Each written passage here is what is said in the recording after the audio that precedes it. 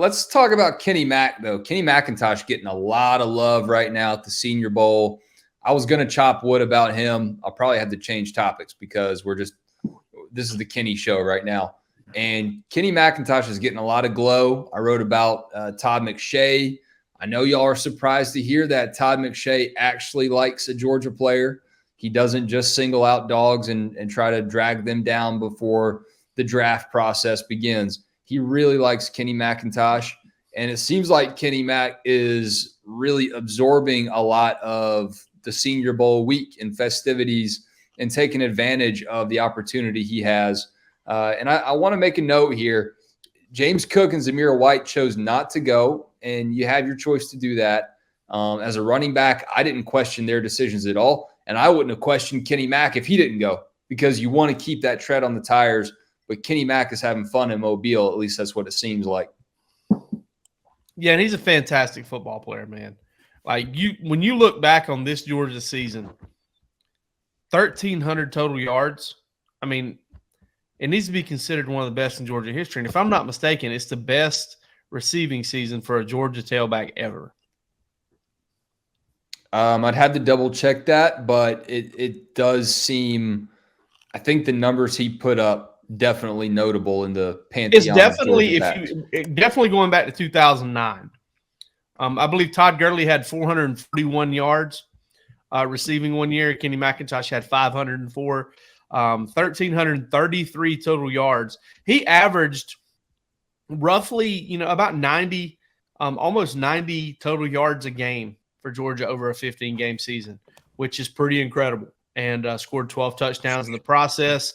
Also, just kind of, clenched his teeth and made some, and kind of put Georgia on his back in moments.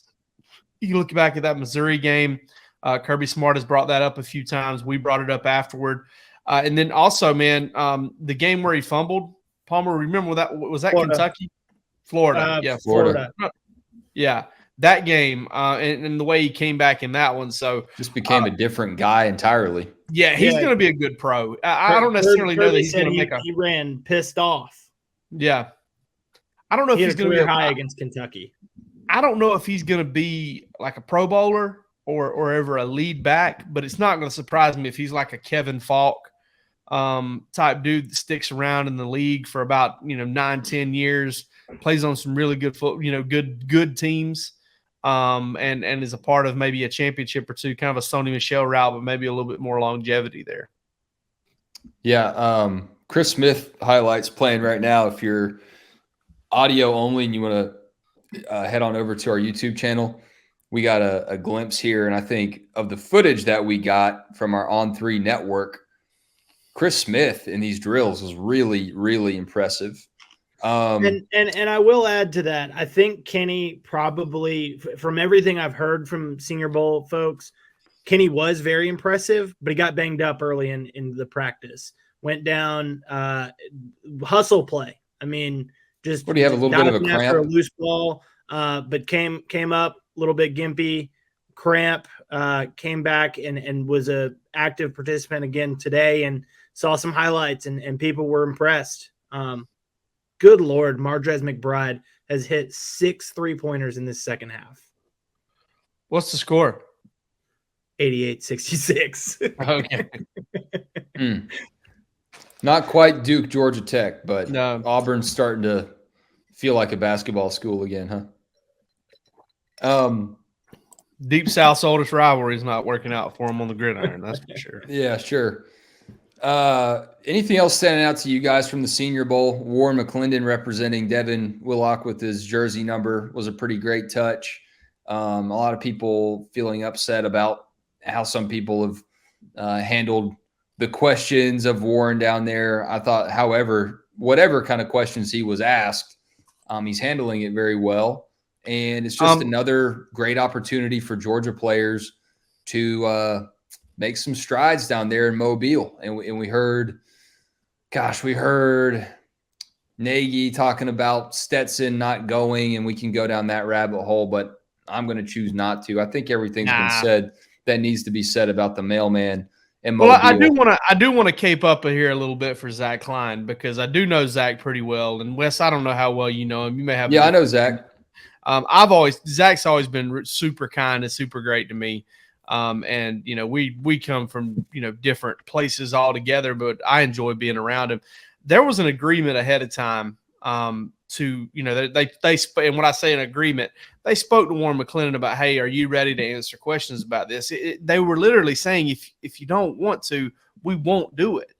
And Warren said, okay, that's fine, go ahead. But probably because he wants to go ahead and answer them, get them out there, and hope that he doesn't have to deal with a bunch of those again. His saying, hey, I don't remember a whole lot, it kind of happened fast, is a way to get that out of the way. And yeah, I mean, if you don't have that agreement beforehand, if you don't kind of touch base on that beforehand, I do believe that just bringing that up out of the blue is probably out of bounds. I mean, Zach has and WSB has exclusive rights with Georgia. I don't have to stick up for Zach. I mean, he's part of the best local news sports team. Certainly, has the best viewership, and that's no slight to any of the other ones. Just is what it is. Your parents watch WSB, your grandparents watch them. Zach's not going to go down there and start stirring the pot with Georgia. I know that y'all assume that the AJC is going to do that, and to a certain extent, I see where you're coming from on some of their coverage, but Zach Klein is not doing that. There's a reason I know that's really inside baseball. There's another reason. There's a reason you've never heard that. This is not like, oh my God, he did that. No, he didn't. Because he doesn't, and he wasn't here. They did this the right way, and I know it didn't seem that way to everybody on the front end. I mean, on the back end of this, on the end of this. Whenever you read the story and you're like, oh my God, why was he asked that to begin with? Don't pass the judgments without understanding that. Listen, they don't just throw them in front of us and do that. Like there's conversations off the record before the record begins. If a player doesn't want something said, they'll say it. If a reporter is if it's ambiguous to a reporter will say, hey, is it okay if we ask this? Now, if Warren McClendon was still at Georgia, Claude Felton would have probably told us, hey, it's okay to talk about this, or it's not okay to talk about this. Yeah. But they asked him straight up, and Warren, a 21-year-old guy who is now stepped into the professional ranks, said he was ready to talk about it. And they didn't probe and ask 1,000 questions. As far as I know, they asked 2, maybe 3. So, yep, good call, Jake. Glad you brought that up. Not to mention, I will add, like, a reporter's job is to cover what people want to know, and with Warren McClendon, people want to know that is the biggest Warren McClendon story right now. Obviously, like you said, it's his mental health and all that is a priority, but once he says it's okay, that's something that the people want to know. 100%. Anything stick out to you guys about Kenny McIntosh's media availability today? When this is done, y'all have a moment. Go check out Kenny's interview with the media. Always affable.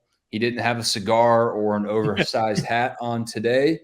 I've actually gotten used to seeing him wearing those things and puffing on cigars after the last couple of games, but he didn't have a blunt cigar. Cigar. He's on. I just like my blunt cigar. So, it did stand out. Built by Georgia. He brought up at least 2 times, maybe more times in like an 11-minute interview, of how Georgia had prepared him not only for the Senior Bowl but for what he's going to face kind of later on. Talked about the practices. Guys, they talk about that a lot because it's a real deal. And I think Georgia fans kind of really latched onto it this year. The whole practice thing, they don't do it like we do it because, they heard that Kirby, audio. Listen, it's going to be a sad day when they snuff old boy out that's recording that. I'm just telling you right now. Jake, I've got a theory, tinfoil hat theory. I think the same person who's recording it is the same anonymous coach who's telling all these reporters that Georgia players aren't good enough and that they won't be elite on game day and that they're overrated and so on and so forth.